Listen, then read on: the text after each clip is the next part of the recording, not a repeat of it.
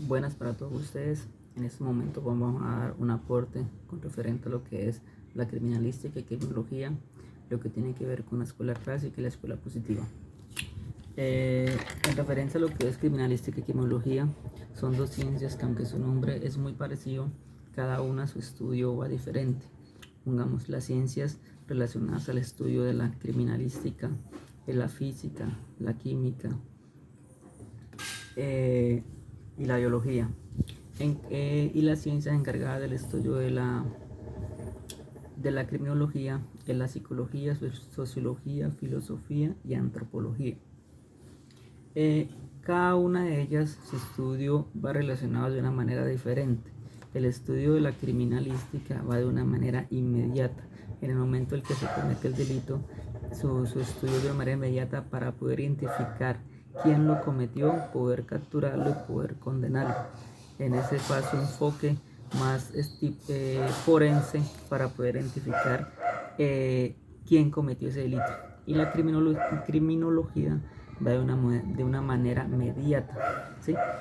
Su enfoque va más a largo plazo. Su estudio va relacionado más en poder de entrar a la mente del criminal y poder identificar qué lo conllevó a cometer ese delito, qué causas, por qué razón, ¿sí?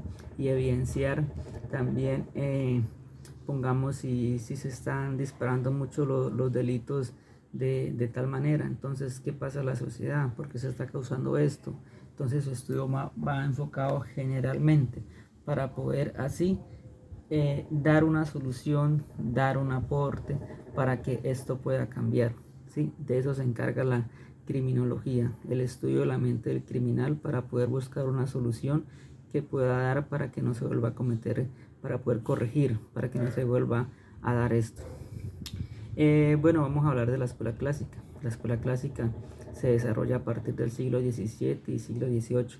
En esta escuela clásica lo que se puede evidenciar es que sus castigos eran atroces de una manera que en este momento pues no se lo imagina uno a cómo fueron castigados aquellas personas en esos momentos.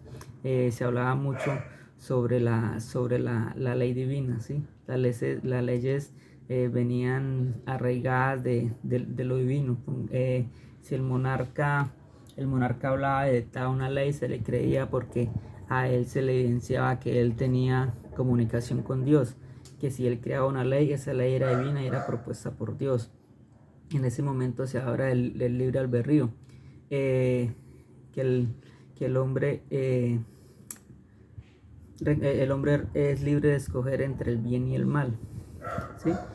En esta escuela clásica el sistema penal era caótico, cruel y arbitrario de una manera que no se puede imaginar a esta época en la que estamos hoy en día, ¿sí?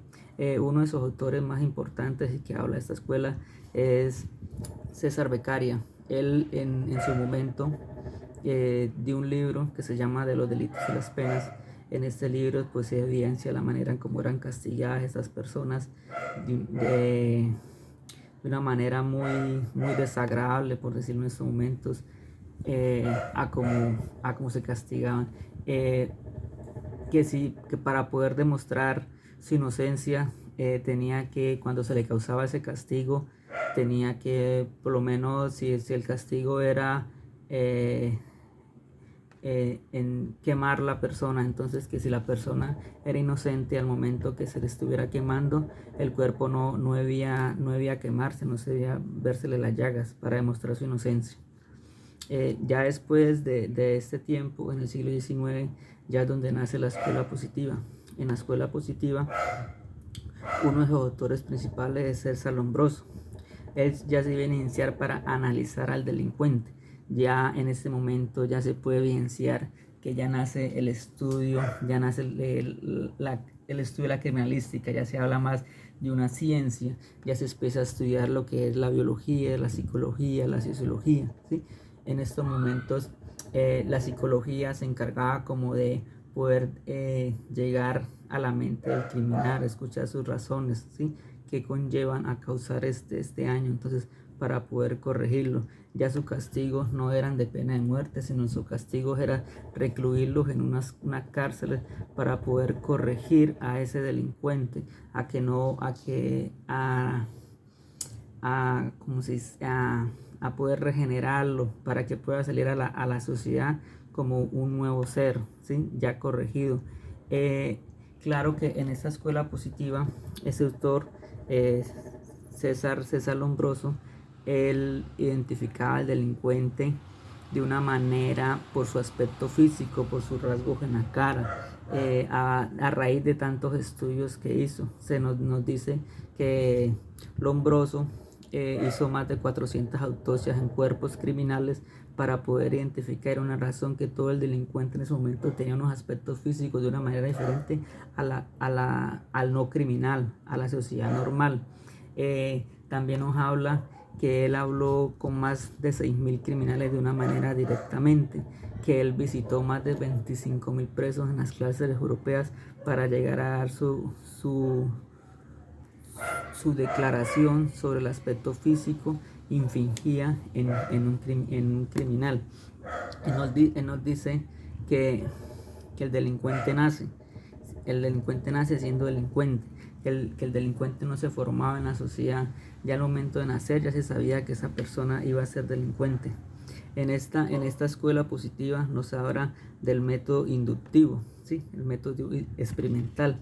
Él es aquel que parte de lo experimental hacia lo general. En cambio, en la escuela clásica nos hablaba del método deductivo, ¿sí? Nos hablaba de la premisa mayor, premisa menor y su conclusión. Si nos ponemos sus puntos de vista, son muy diferentes de la escuela clásica a la escuela positiva. Entonces, en la escuela clásica era la corrección como tal, era el castigo, causarle la muerte a la persona, y dependiendo a la magnitud del delito era su castigo. En cambio, aquí en la escuela positiva pues ya se empieza más a estudiar al delincuente, entra a su mente, qué está haciendo, qué esto está llevando a conllevar esos delitos, y corregirlo. Pero no nos hablaba que si su apariencia física implicaba mucho en el delito. Entonces ya se conocía que el delincuente desde su nacimiento sabía que iba a ser delincuente. Bueno, ese fue mi aporte. Muchas gracias.